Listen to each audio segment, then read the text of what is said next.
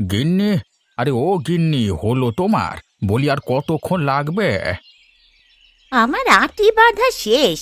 তুমি এসো, এ কচুগুলো নিয়ে তাড়াতাড়ি হাটে যাও। রোদ উঠলে আবার এগুলো শুকিয়ে যাবে। এই শীতের রোদে শোকাবে না, তার আগেই বিক্রি করে ফেলবো। তাই যাও, কদমতলির হাট তো বসলো বলে। তা তোমার কিছু লাগবে না গিন্নি? ঘরে বাজার সবই আছে, ওবেলা আর কিছু লাগবে না। তুমি বরং ফেরার পথে কয়েক কিলি পান আর সুপারি নিয়ে এসো। তা কি আর বলতে, আমি জানি তো পান ছাড়া তোমার এক মুহূর্ত চলে না। ও, তা পান সুপারি কেবল আমি খাই, তুমি বুঝি আর খাও না? সে কি আমি কখনো বলেছি নাকি? আমরা বুড়ো বুড়ি দুজনেই পান সুপারি খাই। অনেক বেলা হয়েছে, এবার হাটে যাও, না হলে আবার জায়গা পাবে না।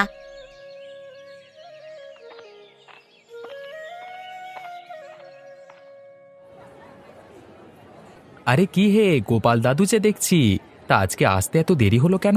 আমি তো ভেবেই নিয়েছিলাম তুমি আসবে না। বুড়ো হয়ে গেছি বাবা, তোদের মতো কি আর চলাফেরা করতে পারি? তা তুই কখন এলি? আমি সূর্য উঠতেই চলে এসেছি। ছোট মাছ কিনা, বেশি সময় রাখলে পচে যাবে। বাহ বাহ বাহ বাহ বাহ, তা চিংড়িও আছে নাকি? আছে দাদু, ওগুলো বিক্রি করতে পারলেই বাড়ি চলে যাব। বাকিগুলো গিন্নিকে রান্না করতে বলবো। বেশ বেশ, তবে আমাকে 5 টাকার মাছ দিয়ে যা বাছা। আমিও আজকে তোর ঠাকুমাকে বলবো কচু দিয়ে চিংড়ির চচ্চড়ি করতে। বেশ বেশ বেশ, তাহলে আমাকেও 2 আঁটি কচু শাক দাও। আমি কখনো মাছ দিয়েও শাক খাইনি। তা কত করে রাখছো? 3 টাকা করে। তা তুই যত পারিস দিস। এই নে বাছা তোর শাক।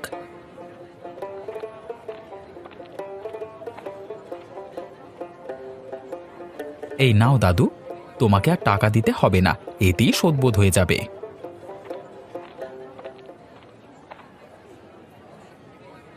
এই মাছির যন্ত্রণায় আর টেকা যাচ্ছে না। এভাবে যদি চলতে থাকে তাহলে আর ব্যবসা করতে পারবো না। ধুর, এই মাছির উৎপাতে সবকিছু গুটিয়ে বাড়িতে বসে থাকতে হবে।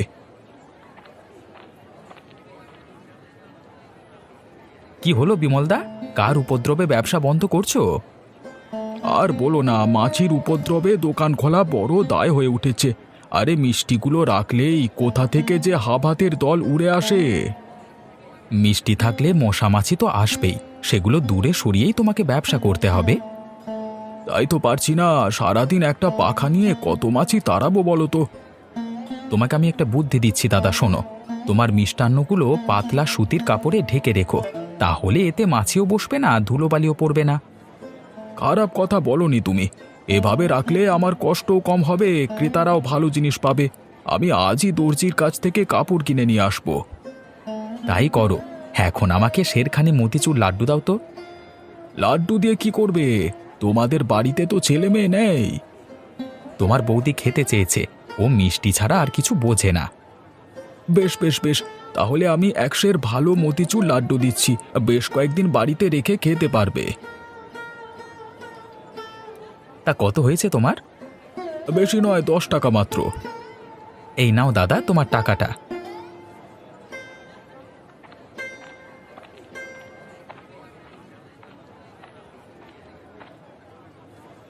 সকাল গড়িয়ে দুপুর হতে চললো, এখন আর তেমন খদ্দের আসবে না।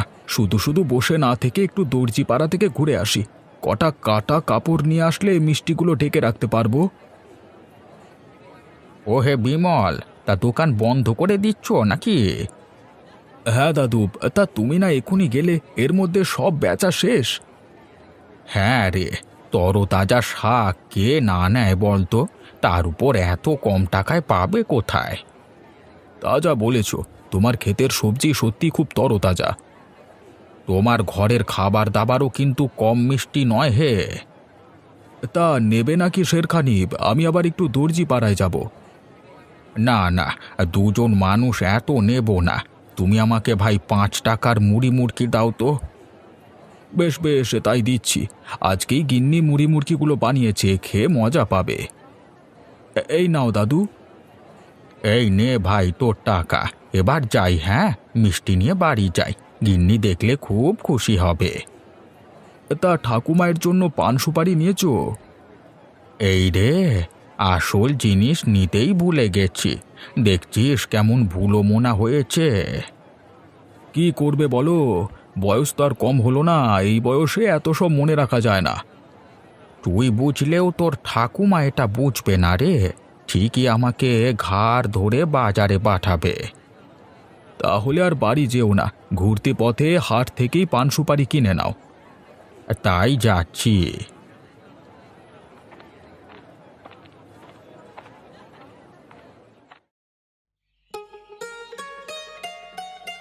গিন্নি, আরে ও গিন্নি, এই রোদে বসে কি করছো তুমি? ইস নেকা, দেখছো না কি করছি? তা তো দেখছি, জাল বুনছো। তা তোমার বোনা কদ্দূর হলো? আমি আবার মাছ ধরতে যাব। বোনা শেষ, বিকেলেই মাছ ধরতে যেতে পারবে। তাই এবার থেকে একটু দেখে শুনে জাল ফেলবে, কোথা না কোথা থেকে ছিঁড়ে নিয়ে আসো।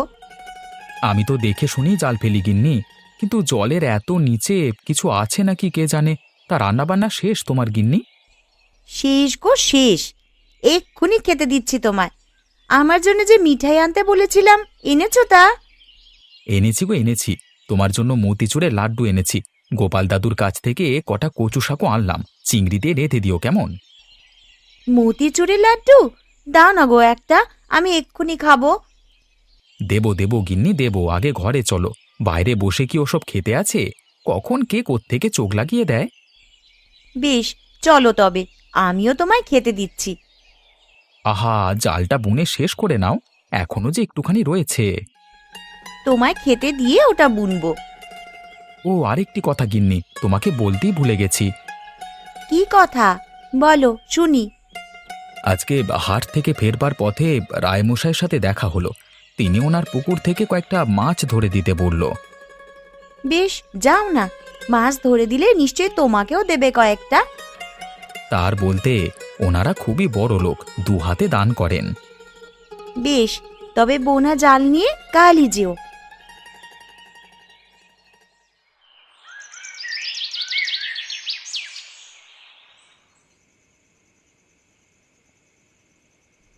সারাদিন সব কাজ আমাকেই করতে হয়, মিষ্টি বানানো থেকে শুরু করে রান্না বান্না। মেয়েটা যদি আমাকে একটু সাহায্য করত। ননি, ও ননিবালা, কোথায় গেলি পোড়ার মুখী? কি হয়েছে মা? আমি তো বারান্দায় বসে কাজ করছিলাম। তা কি এমন রাজকার্য করছিলে শুনি? কখন থেকে ডেকে মরছি, কথা কানে যায় না বুঝি? প্রদীপে তেল দিচ্ছিলাম। ও মা, তেল যে শেষ হয়ে গেছে, সে খেয়াল তোমার আছে? আজকে হাতে নিয়ে দেখি শিশিতে কেরোসিন নেই। তোর বাবা আসুক, বলে দেবো খন নিয়ে আসতে।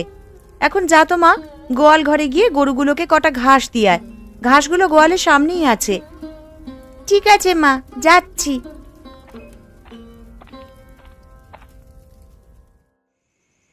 গিন্নি, আরে ও গিন্নি, কোথায় তুমি?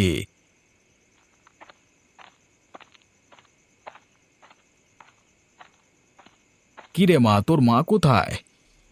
মা রান্নাঘরে। ও মা, বাবা এসেছে।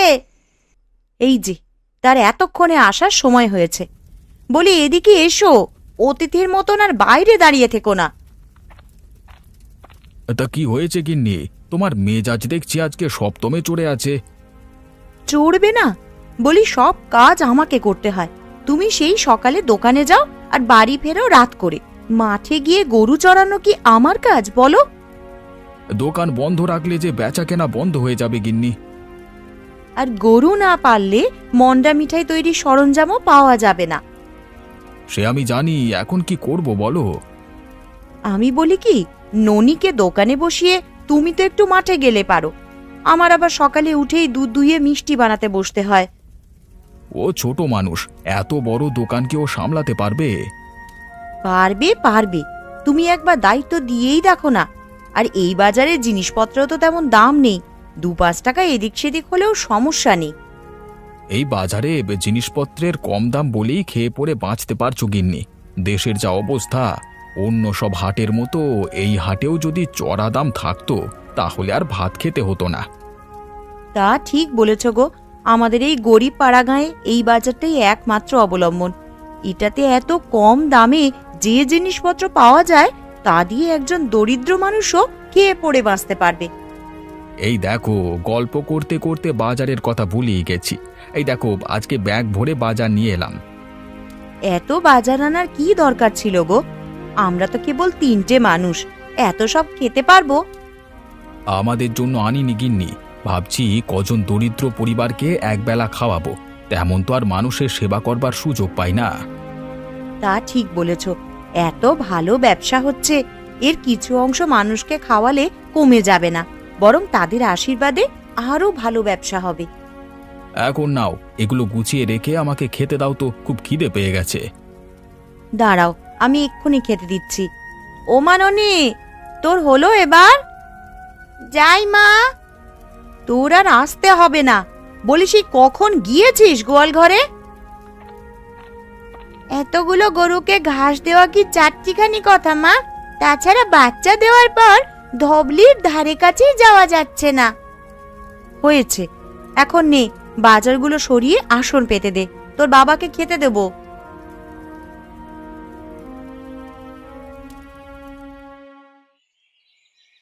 গিন্নি, কোথায় গেলে? বলি, চাটা কি আজ দেবে না? দিচ্ছি বাবা, দিচ্ছি। বলি, এক হাতে আমি আর কত করব বলো তো? একটা কাজের লোক রাখলেও তো পারো। ওসব কাজের লোকের কাজ আমার পছন্দ না। তাছাড়া কদিন পর থেকে তোমার কাজ তো এত করতে হবে না। তপনের বউ এলে সেই সবই করবে।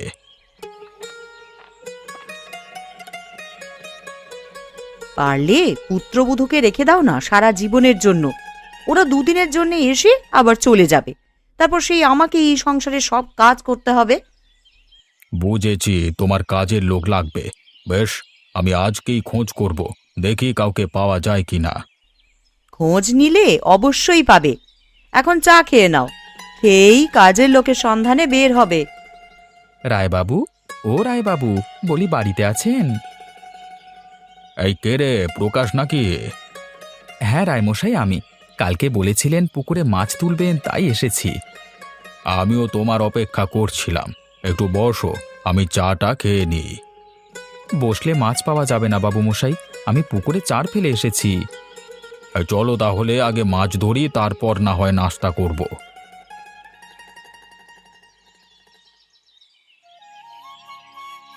এত সব কি করছো ছোড়া?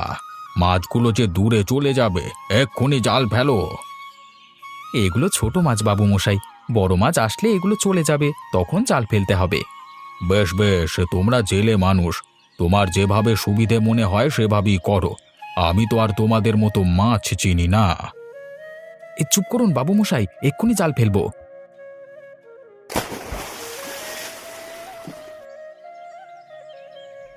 এত বড় মাছ গো!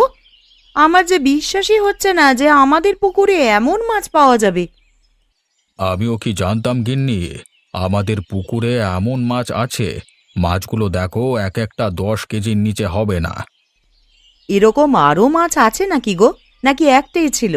মেয়েটা এলেও তো একটা মাছ খাওয়াতে হবে। 3টে যেমন আছে আরও থাকবার কথা।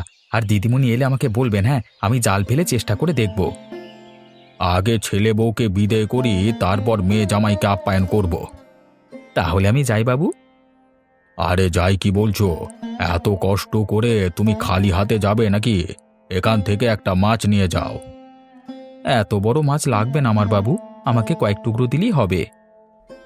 আমি তো এতগুলো কাটতে পারবো না বাছা, তোর বউকে একটু পাঠিয়ে দিস, মাছগুলো কেটে তোদের জন্য নিয়ে যাবে। বেশ, তাই হবে। গিন্নি, এবার যাও, মাছগুলো ঘরে নেওয়ার ব্যবস্থা করো। আর আমার বাজারের ব্যাগটা এনে দাও তো, এখন আমাকে শহরে যেতে হবে। শহরে কেন বাবু? আমাদের বটতলার হাটেই তো কম দামে জিনিসপত্র কেনা যায়। ছি ছি ছি, ওই বটতলা হাট থেকে আমরা জিনিস কিনবো? আমাদের কি মান সম্মান কিছুই নেই রে প্রকাশ? এখানে মান সম্মানের কি হলো গিন্নিমা, খাবারের কি ধনী গরিব আছে? আছে প্রকাশ, আছে। ওই বাজারে সব দরিদ্র হাড় হাবাতে মানুষ গিয়ে সওদা করে। আমি ওদের সাথে গা মিশিয়ে চলাফেরা করতে পারবো না, হাজার হোক জমিদারের বংশধর বলে কথা। বেশ, আপনারা যা ভালো মনে করেন তাই হবে। আমি তবে গেলাম এখন। আমি কতবার বললাম একটা কাজের মেয়ে নিয়ে আসতে, উনি আমার কথা গ্রাহ্যই করেন না। এখন এত সব মাছ আমায় কুটতে হচ্ছে। কি হলো গিন্নিমা, একা একা কি সব বকে যাচ্ছেন? আর বলো না বউ, সারা বাড়ির কাজ আমার এক হাতে করতে হয়, কেউ একটু সাহায্য করে না। সাহায্যই বা কে করবে বলুন? থাকার মধ্যে তো বাবু মশাই আর আপনিই বাস করেন এই বাড়িতে। এই আমার পোড়া কপাল, ওনার জন্য বুড়ো বয়সে এখানে পড়ে থাকতে হচ্ছে, না হলে কবেই আমি ছেলের সাথে গিয়ে থাকতাম। তা তুমি এত দেরি করলে কেন মা? আমি সেই কখন থেকে অপেক্ষা করছি। আর বলবেন না গিন্নিমা, ও প্রতিদিন জাল ছিঁড়ে নিয়ে আসে আর আমায় বসে বসে সেলাই করতে হয়। তা মাছ কাটা কত দূর আপনার? এই তো কেবল শুরু করলাম, তুমি একটু হাত লাগাও তো মা। গিন্নি, এখনো তোমার মাছ কাটা হলো না, আর আমি শহর থেকে বাজার করে ফিরে এলাম। হবে কি করে? সব কাজ কি একজনে করা যায়? তা কি আনলে গো তুমি? খুলে দেখোই না কি কি আছে। দেখি তো কেমন বাজার করেছো তুমি। ই মা, ব্যাগের ভেতর থেকে কেমন জানি গন্ধ বের হচ্ছে। এ কি, এসব কি এনেছো তুমি? সব যে পচে গেছে। পচে গেছে? বলো কি গিন্নি, আমি যে ভালো ভালো দেখে সব ব্যাগে নিলাম। আর ডিমগুলো দেখো ভেঙে কি হয়েছে, টমেটোগুলো গলে গেছে, চাল ব্যাগ ছিঁড়ে অর্ধেক পড়ে গেছে। হায় হায় হায় হায়, এত কষ্ট করে আমি বাজার করলাম আর সবগুলো নষ্ট হয়ে গেল। এখন কি করব গো? কিছুক্ষণ পরই যে তপন আসবে বউ নিয়ে, ওদেরকে কি খাওয়াবো বলো? আপনি এত চিন্তা করবেন না গিন্নিমা, সকাল বিকাল বটতলিতে হাট বসে, ওখান থেকে টাটকা সব জিনিসপত্র কিনে আনতে পারবেন। যেমন সুন্দর পাবেন, দামও তেমন কম রাখবে। কৃষকের নিজের ক্ষেতের জিনিস বলে কথা। না না না না, চাষা ভূষাদের সাথে আমি ওই সস্তা বাজারে গিয়ে কেনাকাটা করতে পারবো না। আমাদের জন্য শহরের বাজারই উত্তম। ওগো, এখন আর শহরের বাজারের দিকে চেয়ে থাকলে হবে না। ছেলে বউয়ের মুখে যদি কিছু দিতে চাও তবে এক্ষুনি বটতলায় যাও। তুমি বলছো গিন্নি, যাব? আপনি যান বাবু মশাই, এই বৃদ্ধ বয়সে শহরে যাতায়াত করে কষ্ট হবে। ও বাজারে গেলে সবাই আপনাকে সাহায্য করবে। বেশ, তোমরা যখন বলছো তো আমি যাচ্ছি। ঘরে আলাদা ব্যাগ আছে, আমি তা এনে দিচ্ছি।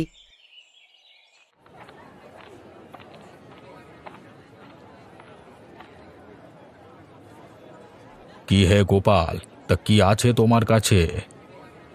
শাক সবজি আছে চৌধুরী বাবু, আপনার কি লাগবে বলুন তো?